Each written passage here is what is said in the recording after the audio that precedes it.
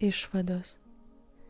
Šis, kad ir trumpas istorinis žvilgsnis į antgamtinio gyvenimo istoriją žmonių giminėje, puikiai nušviečia neapsakomą Dievo gerumą mums, jo antgamtinių dovanų vertę, mūsų atpirkėjo nuostabų meilės žygdarbį mūsų labui ir drauge mūsų, kaip žmonių giminės vaikų, silpnumą.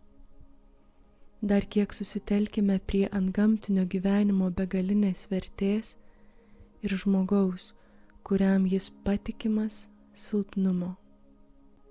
Antgamtinis gyvenimas iš tiesų yra nuostabiai kilnus dalykas. Jis kyla iš Dievo, kuris nuo amžių pamilo mus ir panoro mus įvesti į nuostabią meilės vienybę su savimi. Amžiną meilę pamilau tave, todėl, gailėdamasis tavęs, patraukiau tave prie savęs, sako viešpats per pranašą Jeremiją. Antgamtinis gyvenimas yra realus, nors ir ribotas, dalyvavimas Dievo prigimtyje ir gyvenime. Antgamtinis gyvenimas taip labai yra vertinamas, jog Dievas, kad grąžintų jį mums, paaukojo mūsų labui savo viengimį sūnų.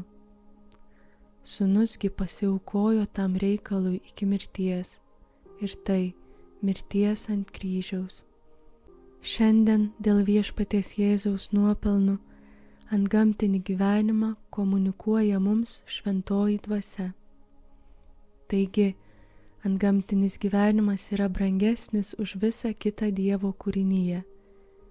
Per jį, tai yra Kristų, dovanojo mums didžiausius ir brangiausius pažadus, sako šventasis Petras.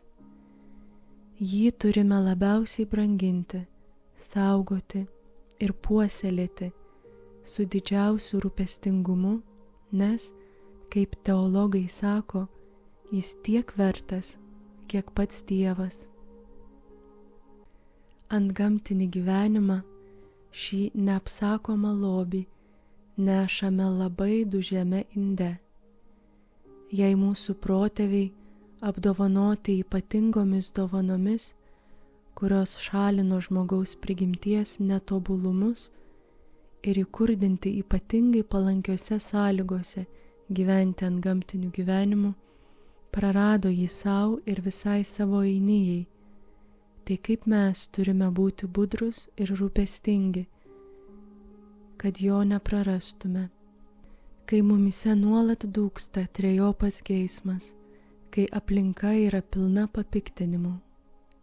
Tiesa, yra mumise ir kilnių polėkių, kurie kyla iš to, kas yra žmogaus prigimtyje gera, o labiausiai iš mūsų inkorporavimo į Kristaus mistinį kūną. Yra ir antgamtinės energijos gausa, kuri nuolat mums duodama dėl Kristaus nuopelnų. Tačiau, nežiūrint viso to, esame silpni ir nepastovūs gerame. Dėl to turime nuolat būti tarsi įsikibę į ranką to, kuris yra mūsų galva ir visas mūsų stiprybės šaltinis. Mūsų stiprybė ne mumyse, bet jame. Protėvių istorija akivaizdžiai rodo, kad pats didžiausias blogis, kuris gali mus ištikti, tai nuodėmė. Tad ypač turime būti budrus jos atžvilgiu.